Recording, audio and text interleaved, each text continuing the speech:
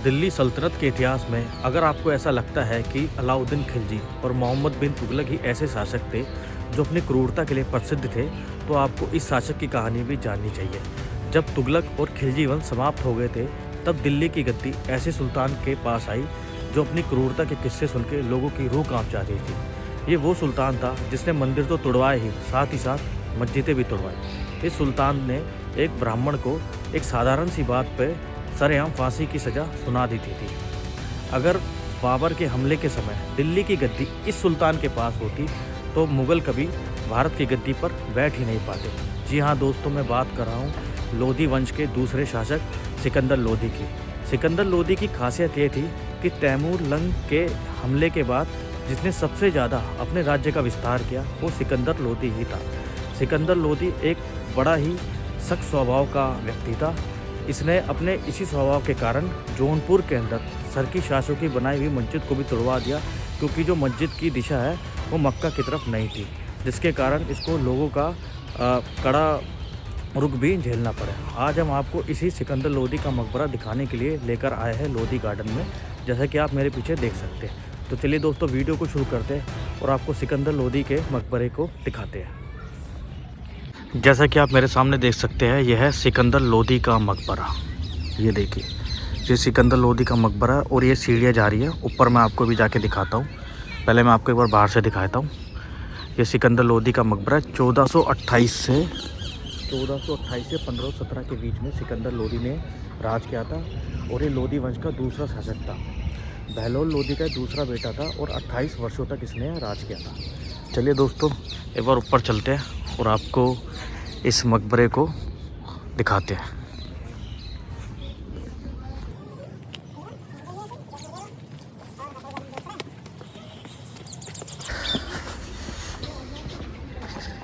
जैसे आप एंटर करेंगे तो आपको ये दो बड़े बड़े आपको गुंबद से दिखाई देंगे। ये देखिए, ये एक मस्जिद है। यहाँ पहले एक मस्जिद हुआ करती थी। देखिए, एक मस्जिद है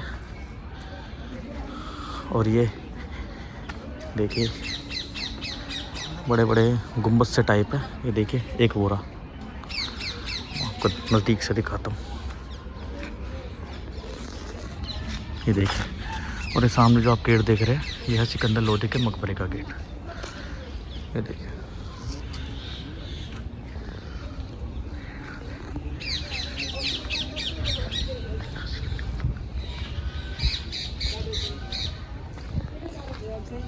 ये देखिए, जैसे मेरा आप सामने देख सकते हैं, यह सिकंदर लोधी का मकबरा। ये देखिए कितना बड़ा ऊपर गुम्बद है इसके। चलिए एक बार मैं इसको आपको इसकी आँखें है ना कब्र भी दिखाता हूँ सिकंदर लोधी की। ये देखिए, अभी तो इसको बंद कर रखा है पब्लिक के लिए। ये देखिए, ये आप सामने देख रखे, यह है सिकंदर लोधी की कब्र। वो देखिए, वो मेरे सामने देखते हैं। एक मिनट, थोड़ा मैं आपको जूम करके दिखाता हूँ। देखिए, ऊपर आप एक गुंबद देख सकते हैं। ये सिकंदर लोधी कब्र है। पहले इनकी जो कब्र है वो आगरा में थी। आगरा से फिर ये दिल्ली में आपको शिफ्ट किया गया।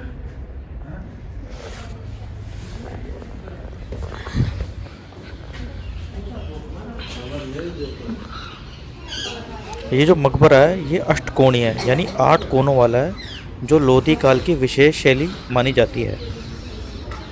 इसके चारों ओर आपको बाग देखने को मिलेंगे, जिससे भारत का पहला गार्डन टॉप कहा जाता है।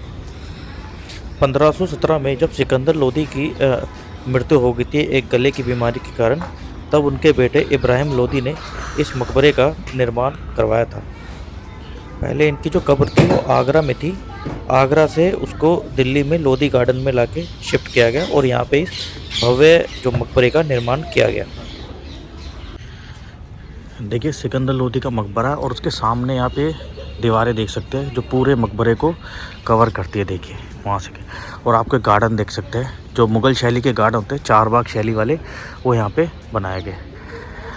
दीवारें देखिए, पहले काफ़ी ऊंची हुआ करती थी दीवारें, लेकिन अब ये मैं आपको जूम करके दिखाता हूँ। देखिए, अब ये काफ़ी समय के साथ और मौसम की मार के कारण ये दीवारों का साइज़ काफ़ी कम हो गया है। देखिए, और ये सामने आपको गेट दिखाई देगा। यहाँ पे अंदर आने के लिए कम से 3 गेट यहाँ पे बनाए गए।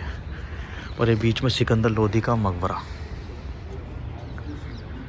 जब सिकंदर लोदी ने 1489 में अपने सुल्तान की गद्दी संभाली तो उसने सबसे पहले उसने क्या काम किया, जो उसके अपने जो लोग थे, जो उसके फैमिली के लोग थे, उनकी रियायतों को उसने कब्जा करना शुरू कर दिया। उसने सबसे पहले अपने जो चाचा थे आलम खान लोधी, उन पर उन्होंने चढ़ाई कर दी और उनको अपने अधीन मिला लिया। उसके बाद उसने अपने भाई बरबक शाह, जो कि जौनपुर का गवर्नर था, उसके साथ उसने उसको बोला कि वो उसके अधीन हो जाए, बट उसने उसे उसके अधीन आने से मना कर दिया क्योंकि वो एक स्वतंत्र राज्य चाहता था।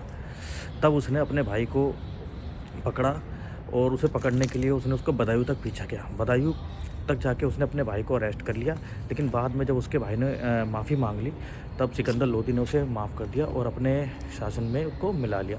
सिकंदर लोदी की ऐसी काफ़ी घटनाएं हैं जो मैं आपको अभी इस वीडियो में आगे बताता हूँ। साल 1504 की बात है, जब एक ब्राह्मण ने ये सार्वजनिक रूप से बोल दिया कि हिंदू और जो इस्लाम धर्म होते हैं वो दोनों एक ही होते हैं, आप किसी भी धर्म का पालन करके भगवान को पा सकते हैं। जब ब्राह्मण ने बात बोली तो सबको चौंकाने वाली बात थी और जो इस्लामी शासक थे उनको ये बात काफ़ी बुरी लगी। तब राज्य के जो लोगों ने उन्होंने ये सोचा कि यार ब्राह्मण ने कहीं ना कहीं तो जो इस्लाम की वास्तविकता है उसको तो मान ही लिया है, तो ये इस्लाम धर्म भी कबूल कर लेगा। उसके बाद उसको सिकंदर लोदी के सामने लाया गया। सिकंदर लोदी ने उसको ये बोला कि या तो इस्लाम धर्म कबूल करो या फिर मरने के लिए तैयार हो। तब उस ब्राह्मण ने इस्लाम धर्म कबूल करने से मना कर दिया। तब सिकंदर लोदी ने उसे सरेआम फांसी की सज़ा सुना दी। तो ये सिकंदर लोदी के ये एक दो किस्से ही मैं आपको बता रहा हूँ, ऐसे बतेरे ऐसे किस्से हैं जो उसकी धार्मिक कट्टरता को दिखाते थे। सिकंदर लोदी के शासनकाल में जो ट्रेड था उसमें करप्शन बिल्कुल नहीं था। उसने जो ट्रेड था उसमें करप्शन ना होने के कारण जो व्यापारी थे वो उससे खुश रहते थे। उसने एग्रीकल्चर में काफ़ी सुधार करे। उसने गजे सिकंदरी नामक एक जो इंच टेप है, जो भूमि मापने का यंत्र है, वो उसने इन्वेंट किया, जिससे एग्रीकल्चर में एक बढ़ोतरी मिली। वो हर साल तकरीबन जो गरीब लोग थे उनकी वो लिस्ट बनवाता था और उन्हें 6 महीने का अनाज मुफ्त देता था। इससे उसका एक तरीके से जो उसका रुतबा है वो काफ़ी बड़ा हुआ था और वो एक ही दयालु शासक था। बट कहते हैं ना, एक सिक्के के दो पहलू होते हैं। दूसरा पहलू उसका ये था कि वो एक कट्टर इस्लामिक रहा था। उसने हिंदू मंदिरों को, ये हम मकबरे के बाहर आ गए और ये आप देख रहे हैं ना, ये मकबरे की बाहरी दीवार है, जैसे कि आप मेरे पीछे देख सकते हैं। ये मकबरे की बाहरी दीवार है। देखिए, जो सिकंदर लोदी था वो एक धर्मांध किस्म का व्यक्ति था। धर्मांध क्या होता है? एक धर्म का अंधा। धर्म का अंधा मीन्स वो एक कट्टर इस्लामिक सोच वाला था। उसने हिंदुओं को नीचा या उनको ठेस पहुंचाने के लिए वो सारे काम करे जो वो कर सकता था। उसने मथुरा के मंदिरों को तोड़वाया, उसने चंदेरी के मंदिरों को तोड़वाया, उसने ग्वालियर के मंदिरों को तोड़वाया और वहाँ पे मस्जिदों को खड़ा करा था। और जो मूर्तियाँ होती है, जो मंदिर तोड़ के जो मूर्तियाँ वहाँ से निकली, उसने उसे कसाईयों को दे दिया मीट तोलने के लिए। तो आप समझ सकते हो उसकी सोच किस प्रकार की थी। यहाँ तक कि अगर उसे इस्लाम का भी कहीं पे अपमान दिखता था तो वो भी उसको बर्दाश्त नहीं था। उसने जो पीर और संतों की जो मज़ारें होती है वहाँ पे जो महिलाएं होती है, जो ये अपनी मुसलमान महिलाएं होती है, उनका वहाँ जाने पे रोक लगा दी। उसने गंगा यमुना स्नान पे रोक लगा दी। उसने जो ताजिया होता है, जो ताश की तरह दिखता है, ताजिया जो मुहर्रम पे जो मुस्लिम लोगों को निकालते थे, उन्हें ताजिए पे उसने बैन लगा दिया।